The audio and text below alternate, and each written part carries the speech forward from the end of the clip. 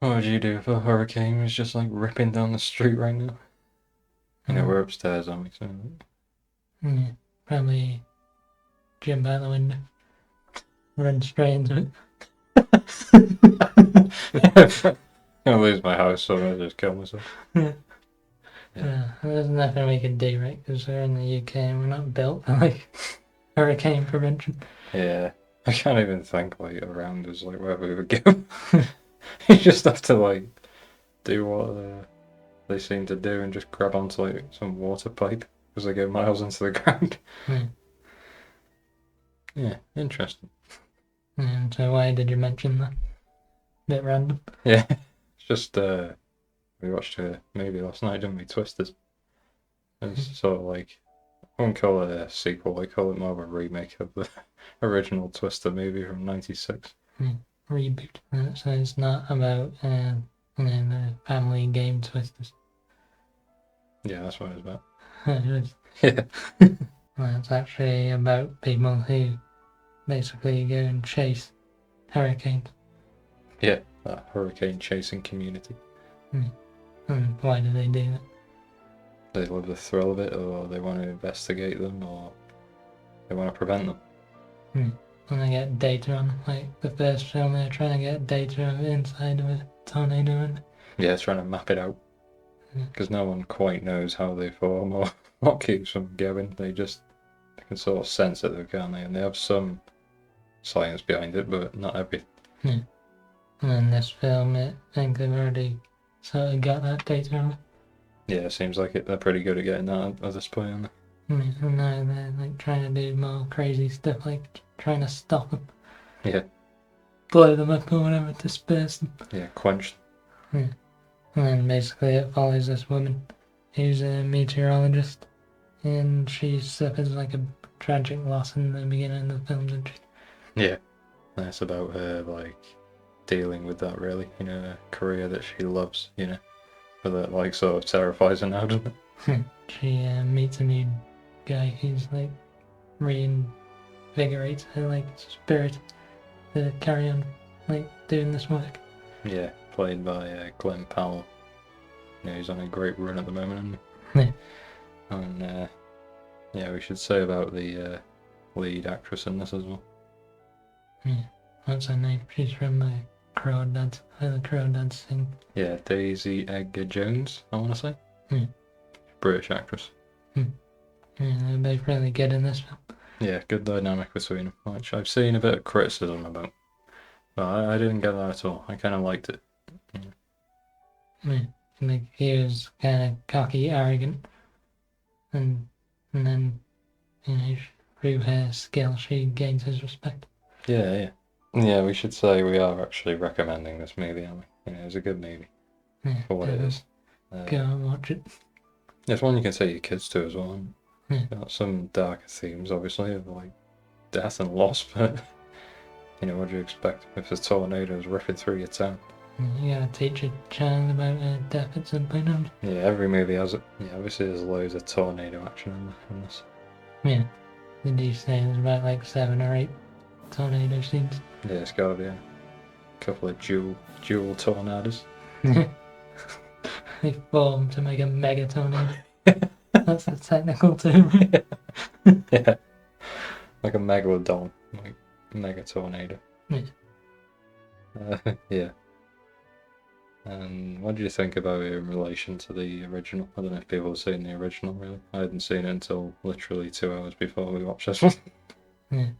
I'd say this one's better as like a spectacle than the original. Yeah. Don't know, story-wise it's hard, isn't it? Because they're similar, but there's like different dynamics. Yeah. Probably the first one was better, really, wasn't it? Story-wise, maybe. Yeah, because they had a crew in the first one, like they're all part of the same crew. And they're all the same ideals. Yeah. In this film, they had like the military guys were like part of her crew. Yeah. Which, they're obviously not that interested in that because they're just doing a job. Yeah, they just take like a corporate approach to it when they're trying to make money. It's fine for the film, but in terms of like storylines and character development, not really there, was it? That was it, yeah. Not like, it goes along with the whole archetype of, like you said, this new influencer role that seems to be popping up in movies now. Yeah, if you're filmed set in present day, then more often than not you got some YouTube influencer like filming everything Yeah. and saying, "Oh, I'm live with whatever followers." Yeah. You know what this made me think of? I don't know why. Dumb Money. I don't know why. It just it just made me think about that. Like, I don't know, because that movie didn't really work, did it? Dumb Money, even though it should have. But yeah, anyway. That's a bad archetype. I don't know if like back 30 years ago there was something that was like new that they were just whacking in all movies. Yeah. And the people at that time hated it. Yeah, we just don't realise. Because it's like an old concept to us. Yeah. So, like, obviously, Glen Powell plays this, like, influencer, doesn't he? But, like, that's not his main goal, is it? That's all, like, just a side thing to make a bit of money for him. The people that are with him are the ones that are, like, pushing it a bit more, seems like. Because he's an actual qualified, like, meteorologist like the women, but the others that don't have any qualifications. Yeah, and he just loves the thrill of it, doesn't he? Even though it scares him, he says. Like, he's just, it's like a roller coaster, isn't it? Like, it's scary, but, like, you just want to, like, you still want to do it. You want to feel that rush, which is, like, the only thing I could sort of equate it to. Because, like, I just couldn't imagine wanting to drive up to a tornado. So I was just thinking, like, well, yeah, roller coaster's sort of similar, isn't it? Yeah, and then obviously he lives in Middle America or whatever, so I think they're used to having tornadoes. Yeah. Just, you really don't hear anything about it because it doesn't affect the west or east coast, hardly.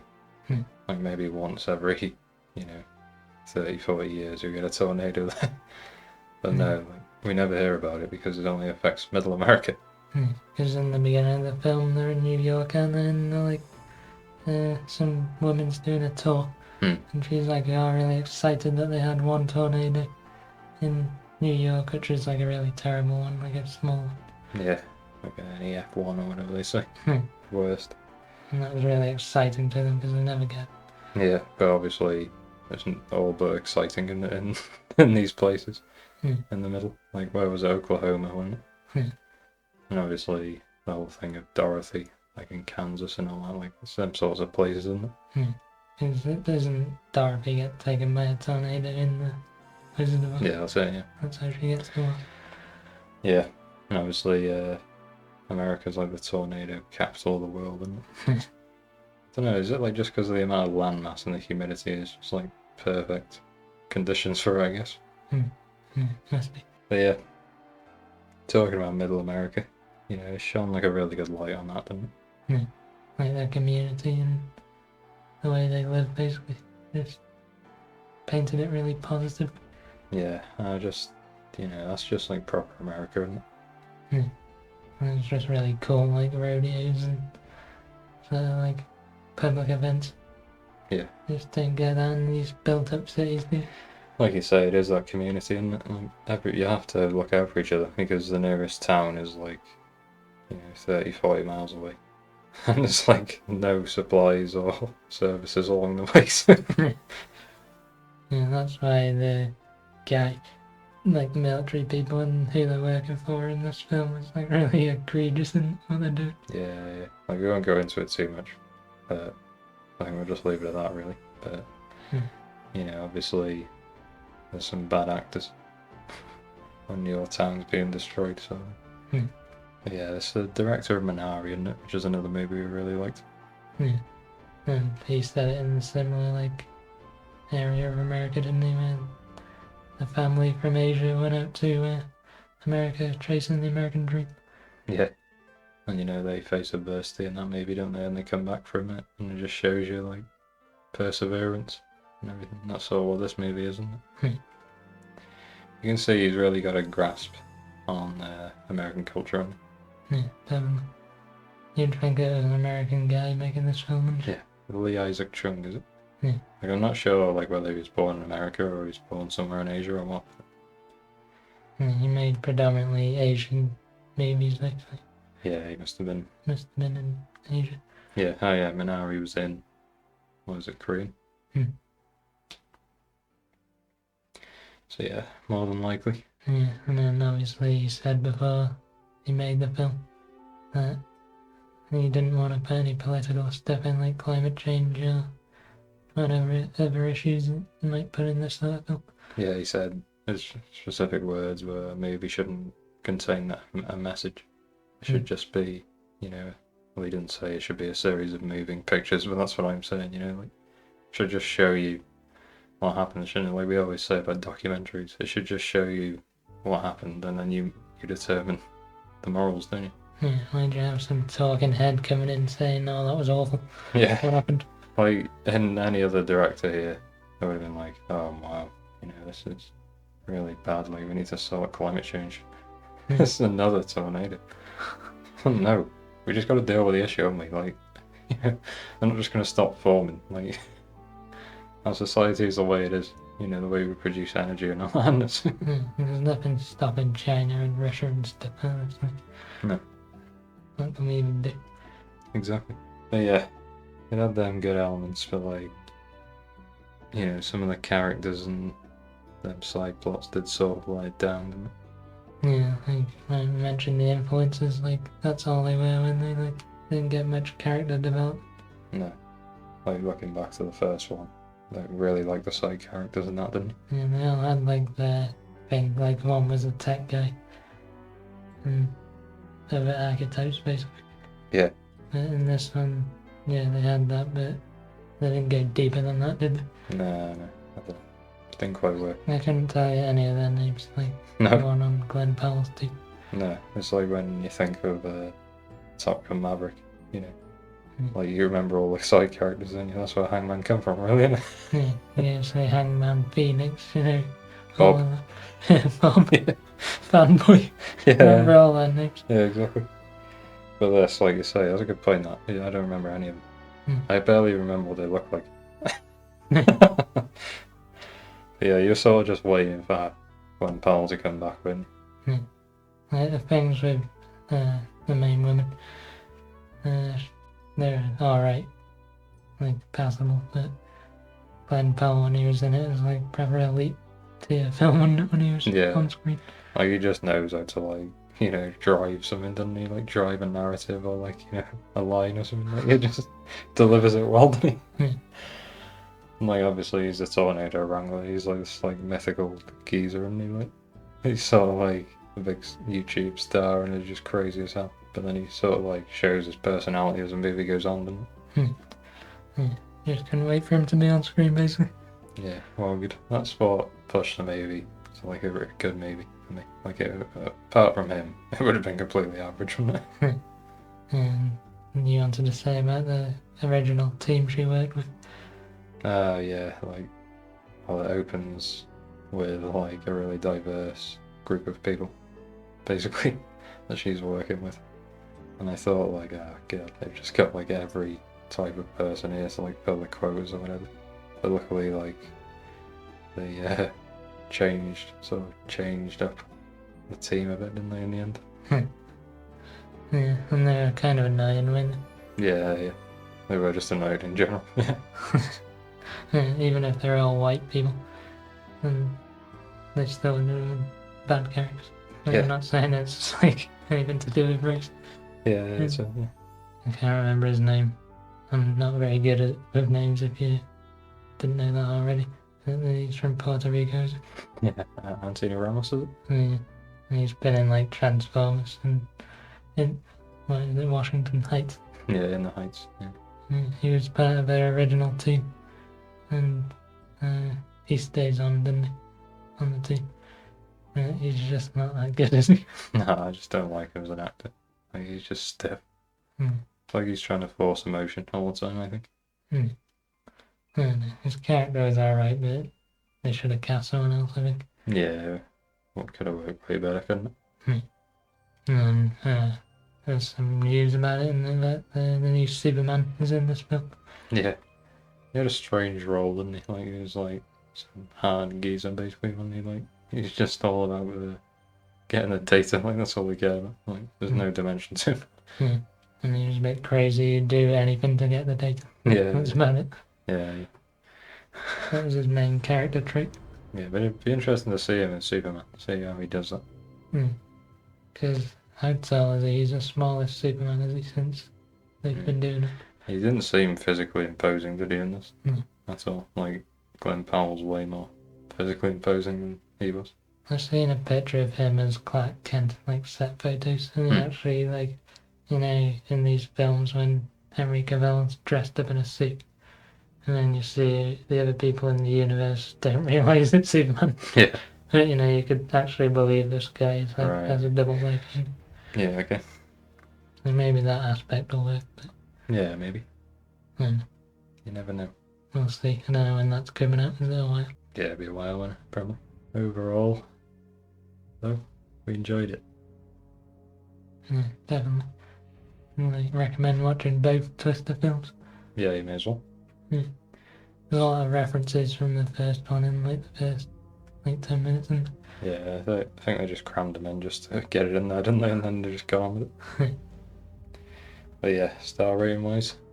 Yeah, we're going to give it a 4, aren't we? Yeah, I think so, yeah. Yeah, the negatives we talked about, they just drop it down, don't they, a bit? I mean, it's not quite on that top level. Yeah, it's still a really good film, you know. Definitely go watch it. Yeah. You know, it's like, you know, you go there just expecting an action movie. Yeah, that's sort of thing you'd say, really. Yeah, don't go in there thinking it's the next Interstellar or something. No. It's not going to be like some scientific marvel that like makes you question your existence. And you just can't stop thinking about it for weeks. Yeah. And you go back and watch the film every year or whatever. Yeah, it's not like it. It's just like a popcorn movie, isn't it, really? There's room for all them, every type of movie, isn't there? We'll watch them, we'll watch anything. As long as it's enjoyable, and this one is. Yeah. You know, what about in comparison to Top Gun Maverick? Because there's obvious comparisons there, and like an old movie sort of been rebooted. I think, like, they just took the, like, bones of the original Twister, but Top Gun Maverick took everything and then built them on it. Yeah, obviously Top Gun Maverick is way better, obviously. Yeah, that's a 5 out of 5 film. Yeah. Elite tier film. Yeah, one of the best, like genuinely one of the best ever made, isn't it? It's better than the original. Yeah. But this one, like we say, you know, them points, it just didn't hit the mark with it. Like, obviously you got the star power of Tom Cruise as well, and he just knows how to do a movie. And like the things that happen in Top Gun Maverick are like really deep story. Yeah. That makes you feel emotional or whatever. Yep. And this film, you know, it's just a classic action film, like everything you expect to happen happens. Yeah. Obviously all the awesome CGI and all that. Yeah, it's worth watching just to see like a tornado rip down a house or whatever. Yeah. Just looks cool. Yeah, it does. It's just insane. Like, we never think about tornadoes, do we, in this country at all. I didn't think about a tornado like for years. Crazy. Never had to deal with anything like that. Flood is like the closest thing we've ever dealt with. Yeah, like I was our house was flooded once. But this is years ago, many years ago. But yeah, go out and watch it. Hopefully it does well at the box office. It seems like there'll be another one, does it? Yeah, because at the end there, like, there's another tornado coming. Yeah. Yeah, there's like a post-credit couple of seconds if you want to wait for that. Or like mid-credit, whatever you call it. Yeah, it basically plays over like the first 5 minutes of the credits, and yeah, I think it's like behind the scenes footage. Yeah, it was. I think maybe they're teasing another one. But also at the ending, you could just infer that they just carry on doing what they're doing. Yeah, right. Okay. It isn't like a cliffhanger, like, oh Jesus, I need to know what happens next. Yeah. You can just like, that's gonna happen probably. Yeah, true that. So yeah, we're gonna leave you with a question today. If you think of a question, and you can answer us in the comments. Yeah. Give me a moment. What do you think's worse, like getting swept into a tsunami and drowning. You know, a lot of people say drowning is like the biggest fear, right? Yeah. Or getting sucked into a tornado and just like spinning around like a couple minutes before you die. Yeah, just landing in the Wizard of Oz's palace. Yeah. Dead. I don't know how people die in tornadoes. Is it just they get smacked by rubble when they're flying? No, I don't know. Or do they like just get thrown out onto the ground and like break their neck? Both. But yeah, give us your answer to that.